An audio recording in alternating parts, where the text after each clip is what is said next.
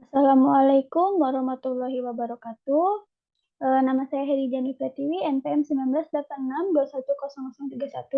Baik, di sini saya akan melanjutkan mengenai praktek uji tingkat kesukaran dan daya beda soal tes. Baik, sebelum ke praktek SPSS-nya, kita lihat dulu di sini uji tingkat kesukaran soal. Nah, tingkat kesukaran itu dapat dihitung dengan rumus, yaitu P sama dengan B per JS. Nah, P itu adalah indeks kesukaran, dan B itu banyaknya siswa yang menjawab soal dengan benar, sedangkan JS itu jumlah seluruh peserta tes. Nah, untuk interpretasi tingkat kesukarannya, di sini ada yang pertama 0,00 sampai 0,15 itu sangat sukar, lalu 0,16 sampai 0,30 itu sukar, 0,31 sampai 0,70 itu sedang, kemudian ada 0,71 sampai 0,85 itu mudah, dan yang terakhir 0,86 sampai 1,00 itu sangat mudah. Oke, setelah itu kita lihat di sini ke Excel. Nah, di sini sudah ada soal. Nah, di sini siswanya itu ada 20 dan soalnya itu ada 15. Oke.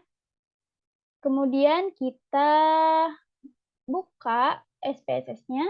Nah, di sini ada data view dan variable view. Kita ke variable view. Oke.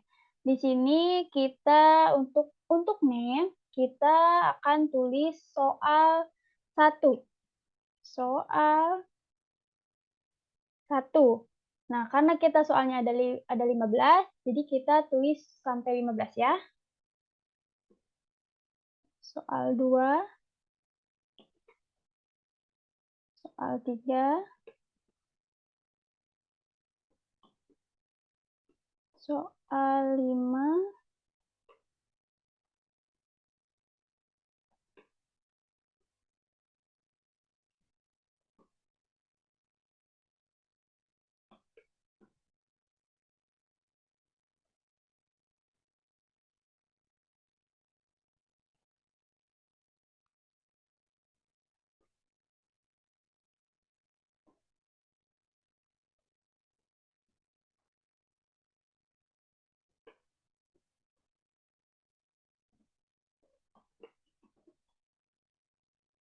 dan yang terakhir yaitu adalah skor totalnya. Kita tulis ya, skor total.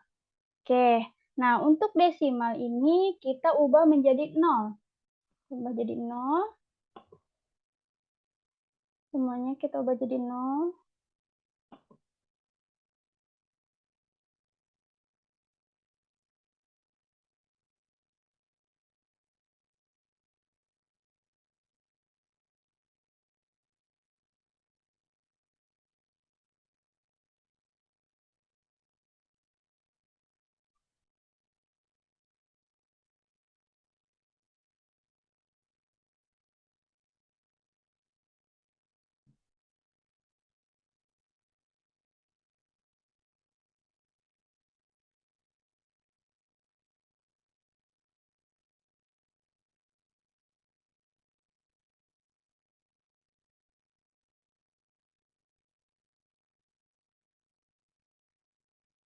Oke, setelah ini semua sudah, kita ke data view. Data view, nah sudah ada ya, soal 1 sampai dengan skor total. Kita kembali ke Excel. Nah, kita blok dulu hasilnya, sama skor total juga. Oke. Nah, kita copy. Kita balik lagi ke SPSS. Nah, kita paste di sini ya. Kita paste.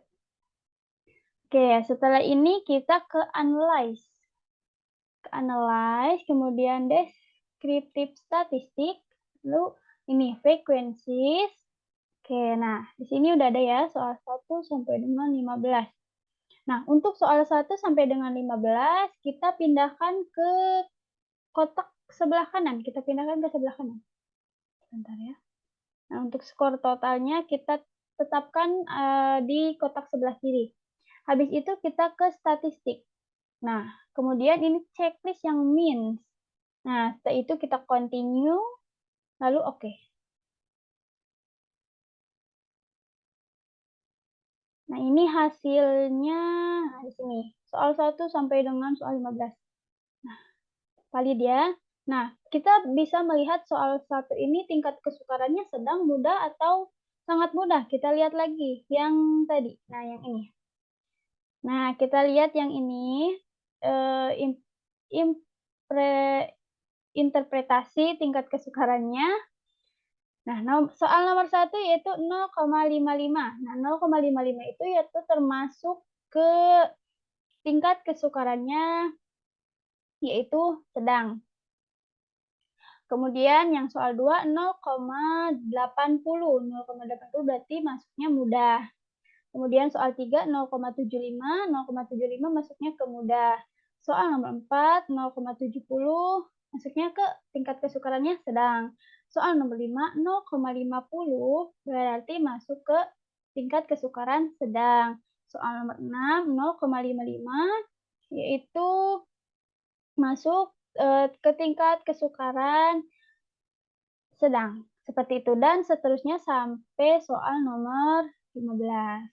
Gitu untuk bagaimana kita melihat soal tingkat kesukaran soal pada soal tadi ya. Oke, selanjutnya kita akan melanjutkan ke uji daya beda butir soal. Nah, untuk daya beda butir soal dapat ditentukan menggunakan rumus yaitu DB sama dengan PA dikurangi PB sama dengan BA per JA dikurangi BB per JB. Nah, di mana J itu jumlah peserta tes, kemudian JA itu banyak peserta kelompok atas, JB itu banyak peserta kelompok bawah, dan BA itu banyaknya peserta kelompok atas yang menjawab soal dengan benar. Dan BB banyaknya peserta kelompok bawah yang menjawab soal dengan benar. Nah, PA itu proporsi peserta kelompok atas yang menjawab benar dan PB itu proporsi peserta kelompok bawah yang menjawab dengan benar. Nah, kemudian setelah itu di sini ada interpretasi daya beda. Nah, kita itu cek nilai R hitungnya pada setiap butir soalnya. Nah, membandingkannya dengan kriteria di bawah ini. Jika 0,00 sampai 0,19 itu jelek, nggak boleh digunain. Kemudian ada 0,20 sampai 0,39 itu cukup, boleh digunakan dengan perbaikan atau revisi. Kemudian ada 0,40 sampai 0,69 itu baik, boleh digunakan. Dan 0,70 sampai 1,0 itu baik sekali, nah boleh digunakan. Oke, kita ke SPSS-nya yang tadi, SPSS yang tadi.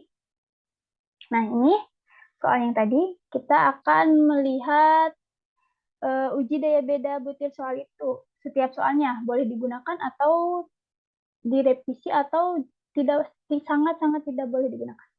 Oke, kita ke analyze, kemudian ke correlate, kemudian bivariate. Nah, kita pindahkan semuanya ini ke kotak sebelah kanan. Oke, nah ini khususnya person dan flag itu harus centang ya. Oke, kemudian kita klik OK saja. Nah, di sini ada ya. Nah, soal 1 sampai soal 15. Nah, kita lihat soal itu layak digunakan atau tidak, kita lihat di sini. Nah, di skor total yang nilai yang paling ini, atas ini. Bentar. Kita buka ininya dulu yang tadi. Oke. Oke, kita buka yang ini ya. Nah, soal nomor 1 itu nilai interpretasinya itu 0,539. Yang dimana artinya soal nomor 1 ini masuk ke kategori baik. Ya, dapat digunakan. Kemudian soal nomor 2 0,595 itu baik. Kemudian soal nomor 3, 0,958 itu, baik sekali, boleh digunakan. Nah, kita lihat dari soal 1 sampai soal 15 di sini ada yang, ke kategori cukup atau jelek, kita lihat ya. Nah nah di sini ada soal nomor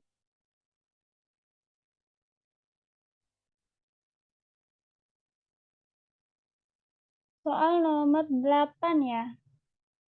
Nah, soal nomor 8 di sini nilainya itu 0,21. Nah, ini berarti masuknya ke cukup, boleh digunakan tetapi, dengan revisian ya atau diperbaikan. Kemudian di sini ada soal nomor ini ada 0,163, yaitu soal nomor 10. Soal nomor 10 itu 0,163. Nah, berarti masuk ke jelek. Nah, di sini tidak boleh digunakan soal tersebut, ya. Seperti itu, eee, cara kita melihat soal itu dapat digunakan atau tidak, begitu ya. Oke, sekian yang dapat saya sampaikan dan saya paparkan. Mohon maaf bila ada salah-salah kata dan salah-salah dalam penyampaiannya. Wabillahi taufiq wal hidayah. Wassalamualaikum warahmatullahi wabarakatuh.